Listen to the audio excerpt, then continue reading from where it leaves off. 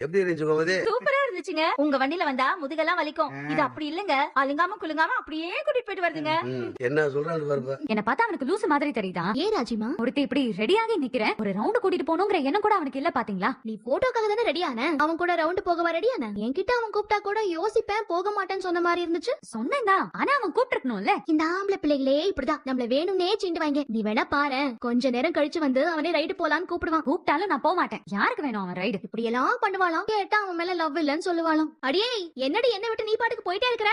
எல்லா இடத்துக்கும் நேர்ல போய் பத்திரிக்கை கொடுத்துட்டு வரத நினைச்சாலே டயர்ட் ஆகுது. போஸ்டல் இல்லனா போன்ல அனுப்ப முடியாத அத்தை. என் ஃப்ரெண்டுங்க எல்லாம் போன்ல தான் அனுப்புவாங்க. ஃப்ரெண்டுங்கன்னா அனுப்பலாம், சொந்தக்காரங்களுக்கு எல்லாம் அனுப்ப முடியாது. அப்புறம் அத காரணமா சொல்லி வராம இருந்துருவாங்க. ஏன் அரசி, உன் ஃப்ரெண்டுக்கு எல்லாம் சொல்லிட்டியாமா?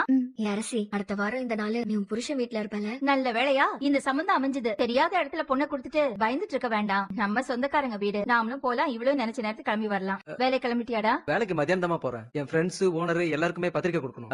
நானும் மயிலும் போயிட்டு வந்துட்டுமா? போயிட்டு வாடா, போயிட்டு வாமா. மயிலு வா, போயிட்டு வந்துடலாம். நான் போயிட்டு வரேன் அத்தை. நான் போய் பர்ஸ் எடுத்துட்டு வந்துறேன். எல்லாத்தையும் எழுதிட்டியாமா?